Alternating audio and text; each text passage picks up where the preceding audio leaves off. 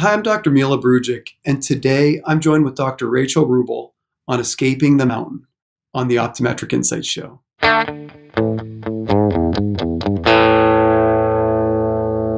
Rachel, welcome. Thank you for joining us. Super excited to have you here. If you could give the audience a little bit of a background on yourself, where you went to school, where you graduated, what your current practice situation is. Yeah, well, thank you so much for having me. This is awesome. So I'm Dr. Rachel Wruble. I graduated from the Michigan College of Optometry in 2009 and completed my residency at the Salisbury VA Hospital in North Carolina in 2010.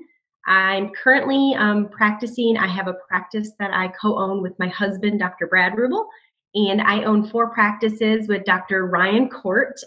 He's also from Michigan, and they're all between Asheville and Charlotte, North Carolina. Okay, so you keep yourself busy, Rachel. Yes, Um, I do. well, the one of the big reasons I wanted to have you on is, you're obviously successful. You've only been graduated for this is going to be 12 years now, and one of the things that struck me immediately about you was a kind of an offshoot conversation we had about student debt, and you had some really unique perspectives. So I'd love for the audience to hear your story and really how you conquered that mountain of debt. Yeah, no, this is something I love to talk about because it's scary. Students, young grads coming out of school with all of this debt. My husband and I had undergraduate and graduate school loans. We topped over $300,000, came out of school, and we got jobs right away. And we're like, all right, yay, we have money. Well, then we kept getting these student loans, coming from school, eating ramen noodles. We're like, this is great.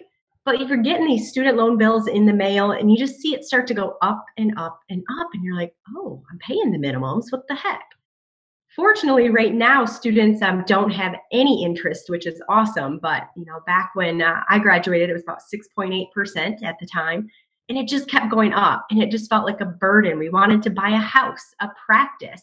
We wanted to travel. And we had all of this debt lingering. So after about 6 months after residency, we said, this is it. We've got to figure out a plan. We have got to pay this debt off. So Rachel, And did you guys talk to a professional on this plan, or did you guys just sit down and say, let's figure out a plan on what we want to do in the next 1, 3, 5, 7 years? we did it on our own, actually. And I think both of us had the same goal in mind. Like, we do not want to have this debt lingering. And we had a lot of goals. I mean, my husband said he wants to retire by 40 years old. And in my head, I'm like, how is this possible? We have all of this debt. So we wrote it all down. We came up with our own plan. We called it the envelope system. Dave Ramsey was not as big as he is now back then. And we're like, oh, maybe he took a little something from us. We had 3 envelopes we lived by. We had a gas envelope, a food envelope, and an entertainment envelope. We put money in each month, cash each month, no credit cards.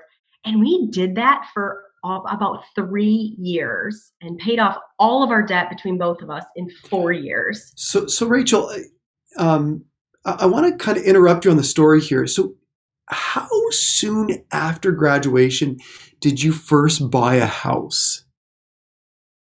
We bought a house about 4 months after graduation. We were Okay. living in an apartment, and we were like, oh, let's wait. We were in 2010, 2011 is when we came out, and interest rates were super low. There was a lot of Yep. foreclosures at that Yep. time. Yep. So for us to buy, we bought this big house that we did not need at a low price. And we're going, oh, this is great. I mean, silly on our part. Banks were giving us all this money that they see the word doctor in front of your name and they're going, oh, here's all this money. In retrospect, we would not have bought the house we did. We've sold it, and it was just too much. We don't need all of that. So tell us like how you started this whole so you got the plan now, you got the 3 envelopes, got that kind of controls some of the discretionary spending. Understand that, but how did you guys because you always hear about loans being 10-year repayment plans, 20-year repayment plans. How did you guys get it down to 3, 4, 5 years, whatever you guys ended up paying it off in? Yeah, we ended up looking at all of our loans, and we had more than just the Grad Plus loans. We had small loans as well, like Perkins loans. So Hmm. we took all of them, and some of them we consolidated, all at kind of the bigger interest rate ones. The smaller interest rates we set aside, and we did a combination of what I call it the avalanche and the snowball effect. Avalanche is where we paid off the minimums on every loan, and then we attacked the ones with the highest interest rates, and we throw lump sums at those. Mm-hmm. But it was nice. The snowball effect is kind of like quick satisfaction where we took the ones with the smallest balances and we were paying a little bit on that as well. So a Perkins loan of $3,000, we got that done and it was like, yay, we did it. We paid off one little loan. Yeah, So yeah, it's yeah, nice satisfaction to have that. So we yeah. did a combination of those, paying off the highest interest and the lowest amount, but we did pay the minimum every month on all of them to continue that cycle. So, did you like once you paid off the first loan, did you say, all right, I'm going to now take those dollars that we're using to pay off this loan, and now I'm going to push it onto the next loan that we have as well, too? So you're just going to create higher loan payments towards that next loan, or did you do something different?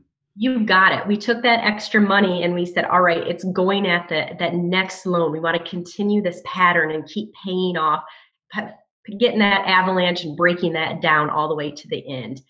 And I get asked a lot, you're doing this. Did you not have a life? And we did. We were able to save. We worked sometimes 7 days a week. We do moonlighting or fill-in work on Saturdays and Sundays.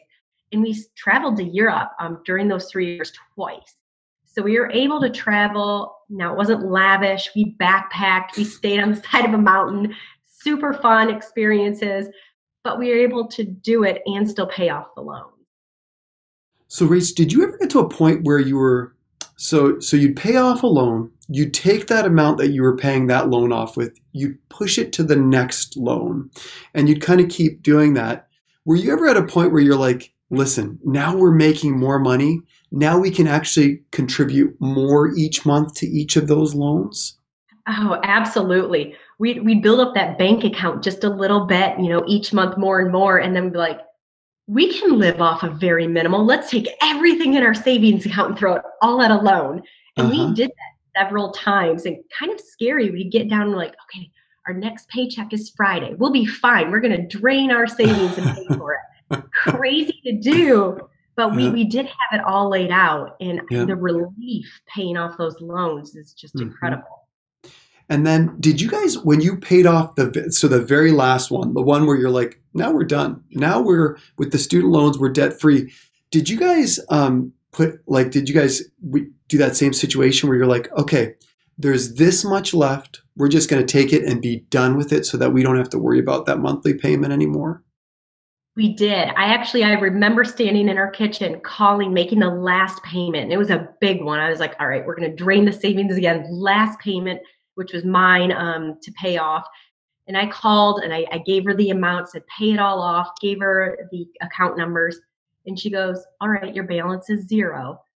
And I said, that's it? I want balloons and confetti to come out of this phone right now. We just paid off all of our debt. And it was wonderful. But then, each month we're like, oh, we have money we didn't have before. What are we going to do? Well, my husband found the auction steps at City Hall and went to an auction for homes. And we won our first townhome. So we started investing with that money we used towards student loans towards properties that we own. Wow, that's great. So you didn't stop. So you were kind of used to paying this money at this point, and you created a certain lifestyle around that. So you said, well, hey, wait a second. Instead of now just being done, now you're going to take those dollars and you're going to do something with them for the long-term future. So you're going to somehow invest in something, whether it be a retirement plan, whether it be real estate, whether it be whatever you're doing. But then you start thinking about other things that you want to do for the future with those dollars that you're already used to giving to something else. Is that a correct kind of way to say that?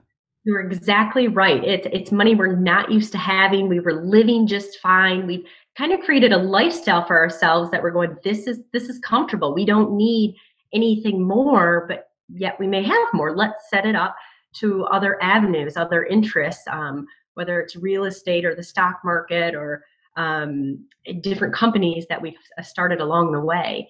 And it's just, you kind of continue on, you find different passions. It makes it a little fun. And you know that you've lived it already. It's not something that's too stressful or too risk taking that you could lose it all. Yeah. So Rach, you said something kind of interesting earlier. You said you bought a house 4 months after you got out of residency, but I almost sense there was a little bit of regret, and it sounds like you did end up selling the house. Why was there the regret? Was it just like we stepped into this too soon? Was it? Tell me why there was that regret. Yeah. So, you go to the bank for the first time and we had never done that. We're like, all right, yeah, I think we're ready to buy a home. I don't know how much we can afford. And the bank goes, well, here's how much you can afford. And we didn't assess it at the time. We're like, oh, that's cool. We told our realtor, and you just kind of like, well, the bank told me I can afford that. Really need to look at what you can. And we could afford it, but do we need to afford that? Yeah. And so we had this big home down on the lake, and it was wonderful, beautiful. And we're like, what are we doing? This is not us. So we did sell it, and we found more what suits us. We found we love living the downtown walking lifestyle and old homes that we've renovated along the way, different homes. And it just not having to, coming from not having anything and being in apartments for many, many years to having a huge home. It's not something that, it's fun, but you're going, hey, we can be doing other stuff. So Rachel, so how long did you have that house before you sold that house and kind of moved to what really sounds like yours and your husband's lifestyle more so? Yeah, we had that for about 3 years. And, right in that timeline of we were paying off all of this debt. And when we had the debt paid off, sold the house. And so we had no mortgage. We're like, we really, truly were living a debt-free lifestyle. We owned our cars outright. We're going, this is wonderful. And so we found kind of more what fits our lifestyle and found that we do like being entrepreneurs. So we started different companies along the way and taking these risks. So it's just figuring out what works for everyone. So looking back, Rachel, so it sounds like you knew what you did right, and you knew what, like, I wish I would have done like something a little bit differently. Is there any advice based on some of the things that you did that you could share with current students or even people that are 0 to 5 years, 0 to 10 years out that are still strapped with debt, that are thinking, I want to get this done? Or again, students that are first, second, third, fourth year that are accumulating this debt now, like any missteps that you made early where you're like, if I was to do this again, this is what I would have done differently. This is what I would tell Rachel 10 years ago or 12 years ago when she graduated optometry school to make it even a better experience for her. Yes. So, you get out of school and you have all of that debt. Well, in school, we're not really thinking of it. We're thinking, hey, we just got to survive classes. And I think looking back, I didn't have to live in nice, fancy apartments, could have lived, I was at the school most of the time studying. We didn't have fancy cars at the time, which was great. But my husband, with his student loans, he bought my engagement ring. I'm going, not sure if that's where that money was supposed to go. I do appreciate it. Rachel, we sometimes don't make the smartest financial decisions when emotions are in the equation. You're exactly right. I'm like, how did you pay for that? Well, student loan money. I'm like, oh my goodness. So I wish at the time I would have started paying on a little bit of it, or if my interest was 0% at the time, which it is for students right now, putting $100 a month towards a Roth IRA and starting retirement funds early too. I've encouraged a lot of family members that are younger than me, like, hey, let's throw $100 in. That $100 as a first, second year in school, it can be astronomical once you come out and 10 years after that. So I wish I would have started a retirement account in school, having that 0% interest at the time of the loans. I'll tell you, this is a really interesting path that we all have our own paths. I think one of the things that I would share with you philosophically is that, as a student, I remember living like a student, and I remember the sacrifices that I made as a student. And I think one of the things that that I probably did well when I first graduated was I kept living like a student in those first few years because I already knew how to live like a student. I didn't want to start living like a doctor and then have to kind of track back. So I kept living like that for the first few years. And those first few years of just a high level of modesty in terms of everything that I did. First house, nice, small, solid, but small little house. First car, nice, modest car. I mean, all of those very, very strategic steps were so critically important to the long-term success of everything. And I really am glad that we did that because again, we're so good early on or right after graduation living like students because we just graduated. We were students. Yeah. You're exactly right. We're used to living like Yeah. students. And I say I didn't continue to eat my ramen noodles every day. I did have real meals, but we just budgeted accordingly to save and kind of adopted and learned to live that lifestyle. And I think the opportunities that have presented since all that debt has been paid off has been, you know, amazing. It's things that pop up, investment opportunities or businesses where we can say, yes, we want to do that. And we don't feel strapped or tied down with debt. I think that's a good way of living to have those opportunities.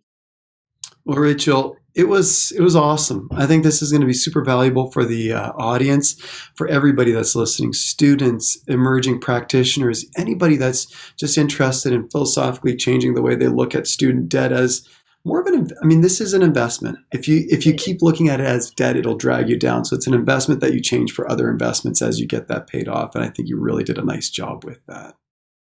Well, thank you very much. It's tough, and I know that first number that you see is daunting, but it's so doable. And I encourage everyone just start those baby steps, create those budgets, and it can be done. And thank you all for joining us on this episode of the Optometric Insights Show.